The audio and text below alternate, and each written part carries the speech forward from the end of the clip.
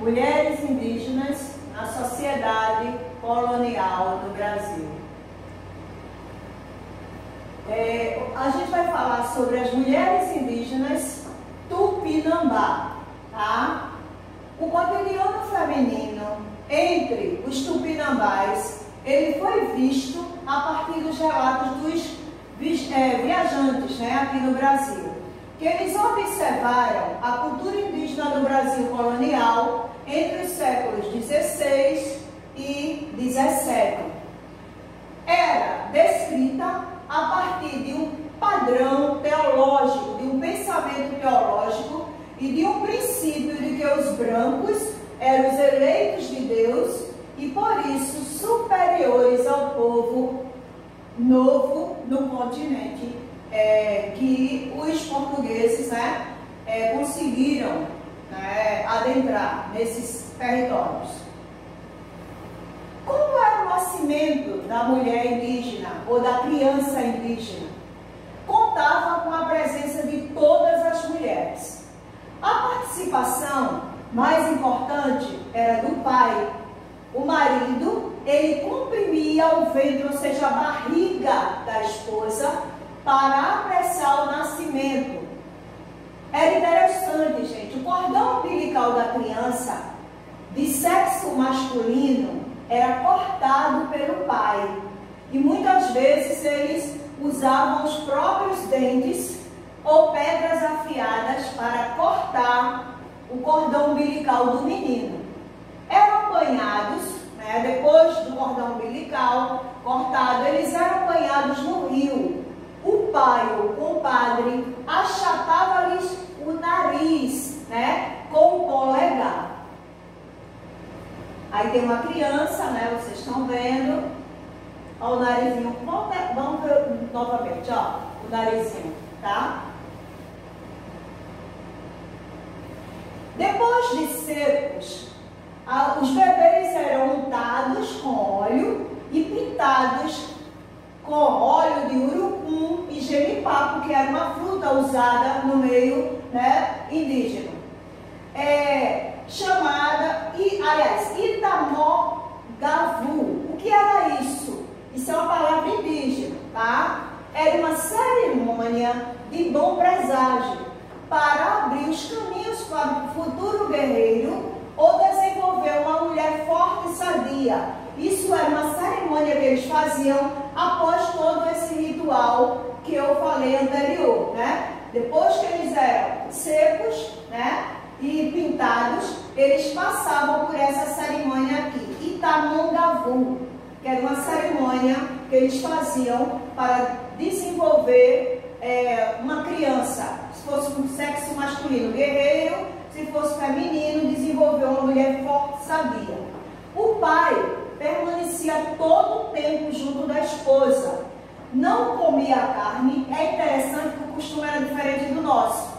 Enquanto que as mulheres no meio do povo não indígena, é ela que fica, vamos dizer assim, de resguardo, aqui quem fica é o pai.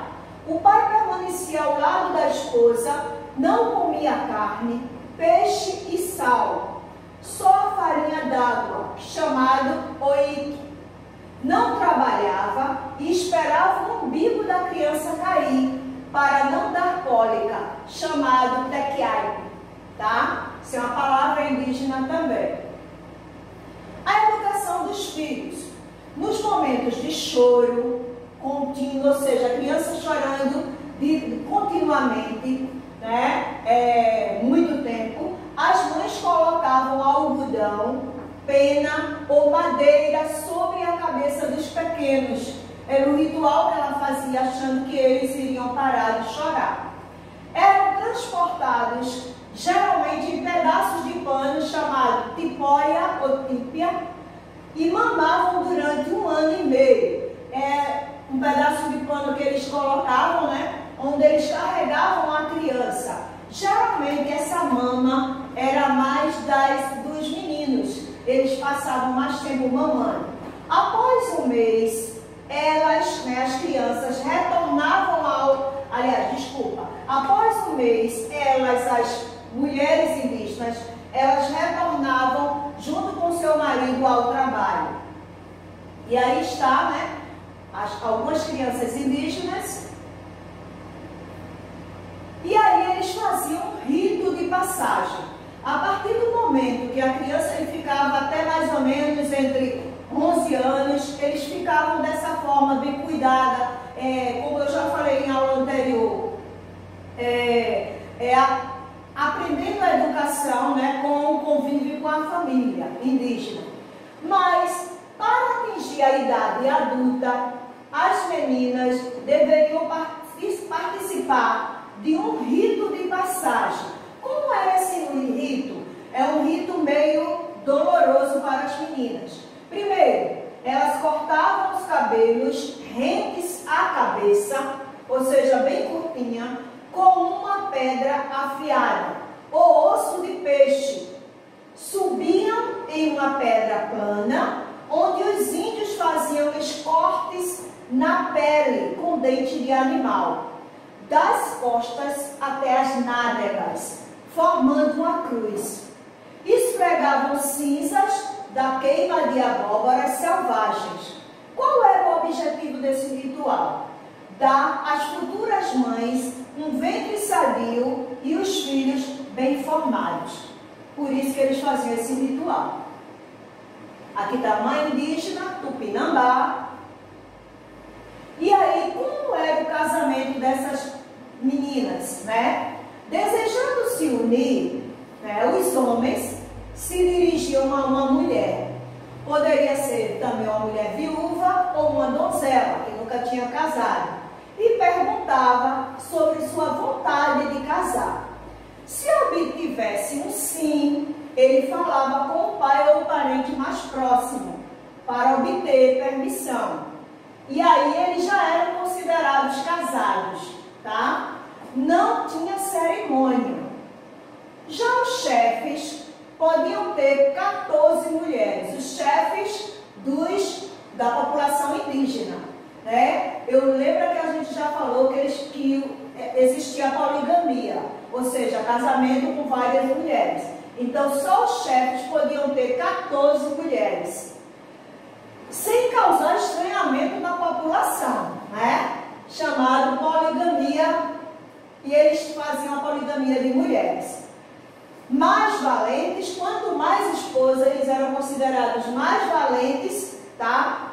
Só os homens, claro, né? Era uma sociedade, né? Vamos dizer assim, que discriminava as mulheres, né?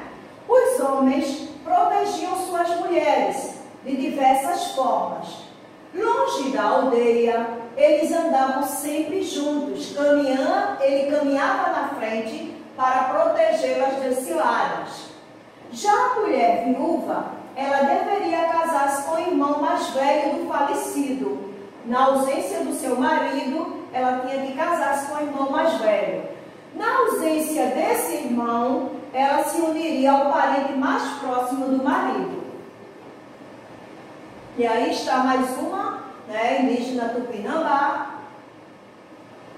E aí a gente vai ver nesse texto que a gente está falando hoje, tem um autor chamado Ives, né? Ele trouxe para a gente a evolução, ele enumerou 6 classes de acontecimento, né, e de idade entre as mulheres tupinambás. Então ele descreveu a evolução dessas classes de idade entre os ameríndios, né, com relação às mulheres indígenas. Então a primeira classe que ele trouxe, ele disse assim: era comum aos dois sexos pouco diferiam ao nascer, ou seja, ao nascer, essas crianças não eram muito separadas como menina e menino. Eles falavam crianças só, tá? Os bebês eram chamados de peitã. Peitã era a criança quando nascia, tá? Na segunda classe de idade, ia até o 7º ano, ou seja, aos 7 anos, após o nascimento. Aí eles começavam a identificar as meninas e os meninos. Em comportamentos e os deveres que eles deveriam fazer. As meninas eram chamadas de Kunatim Miri. Elas fiavam algodão e construíam rede menores, né, chamada redezinhas.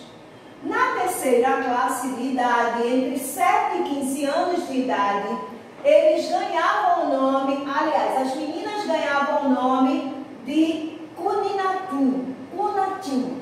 Elas aprendiam todos os deveres da mulher, preparavam a alimentação diária. Na quarta classe de idade, segundo o autor Ives, as jovens de 15 a 25 anos de idade, elas eram chamadas de Kunamusu ou Kunamuku, moça ou mulher completa. Esse era o significado. Elas cuidavam da casa, aliviando o trabalho das mães e recebiam também, era o momento de receber um convite para casamento. Na quinta classe de idade, era o momento que atingiam seu maior vigor, entre 25 a 40 anos. Já elas começavam a declinar, tá? Recebiam o nome de Kunam. E vejam que os nomes iam diminuindo. Significava que ela estava envelhecendo. Kunam significava mulher em todo vigor. A idade que começava um processo de decadência física. Esse processo dessa decadência física, segundo o autor, ele fala que as mulheres iam declinando no seu corpo a ponto de não ficar, né? Porque vocês sabem que muitos indígenas na época colonial, muitas tribos, eles andavam nus, né? Eles não tinham vergonha porque eles não conheciam outra cultura. Então ficava deselegante para quem não fosse indígena até olhar, porque o corpo delas começava a declinar. E eles falam, na continuação desse texto, ele fala que as mulheres, né, como os tupinambás, eles faziam um ritual, né, do canibalismo. Nessa época de declínio, de tanto as mulheres idosas comerem animais, carne humana, elas começavam, era o período que elas começavam também a perder seus dentes. E muitas vezes era um período, né, que as mulheres idosas, era um período que elas faziam. Na hora do ritual, que matava-se o inimigo e distribuía as carnes, elas eram as que ficavam com mais ânsia para ir em cima e comer essas carnes humanas. E ele achava isso, ele começou a achar abominável. Ele começou, inclusive, perceber, por isso que ele trouxe essas classes também, que ele acha que na época de que elas estavam declinando, era a época que mais se via o canibalismo no meio das mulheres, tá? E foi por isso que eu trouxe esse assunto para vocês, que eu acho que é um assunto interessante. E aí, a sexta classe de idade, depois dos 40 anos, elas presidiam as cerimônias de fabricação do cauim. Lembra que eu falei sobre o cauim, só que eu não disse o nome. O cauim, gente, era o que eu falei na aula passada. Eu falei que havia um ritual entre as meninas, né, entre as mulheres, que elas pegavam uma macaxeira, botavam na boca, mastigava, e depois botava-se no recipiente e deixava lá. E era usado em algumas situações, alguns rituais. Então, o cauim era uma cerimônia de fabricação de todas as bebidas fermentadas, encarregadas de assar o corpo do inimigo e guardar a gordura da vítima para, em outra oportunidade, fazer o mingau. Essas mulheres, depois dos 40 anos, eram que tinham essa responsabilidade, tá? A morte das idosas não causava muita comoção, ou seja, tristeza no meio da população indígena. Ou seja, eles não tinham uma emoção muito forte dentro da tribo com essas mulheres. Eram elas que tinham a responsabilidade, a partir dessa idade, de assar o corpo do inimigo, quando o inimigo era resgatado, né, na tribo, e guardar a gordura dessa vítima para em outra ocasião usar como mingau. Então elas não eram bem vistas, né? E aí essas mulheres indígenas, essa eram, né, a vivência, né, vislumbrar, né, foi a forma como eles vislumbraram essa cultura indígena, restritamente das mulheres Tupinambá. E aí tem mais uma foto, eu estou retratando apenas a idade depois dos 40 anos, que era considerada essas mulheres, ok? E aqui eu trouxe a referência, onde eu encontrei esse texto que eu estou passando para vocês, é do livro História das Mulheres no Brasil, da autora Mary Del Priori e também de Carla Bazanese Pinsky, são coordenadoras desse livro, e esse texto é chamado Eva Tupinambá, de o autor Ronald Raminelli, tá? As páginas de 11 a 24, ok? Nossa atividade de hoje, gente, o texto segue para vocês, tá? As mulheres tupinambás, que foi esse assunto que a gente acabou de fazer. Segue o texto e também vai seguir uma atividade. Já está, vai estar lá no e-mail para vocês.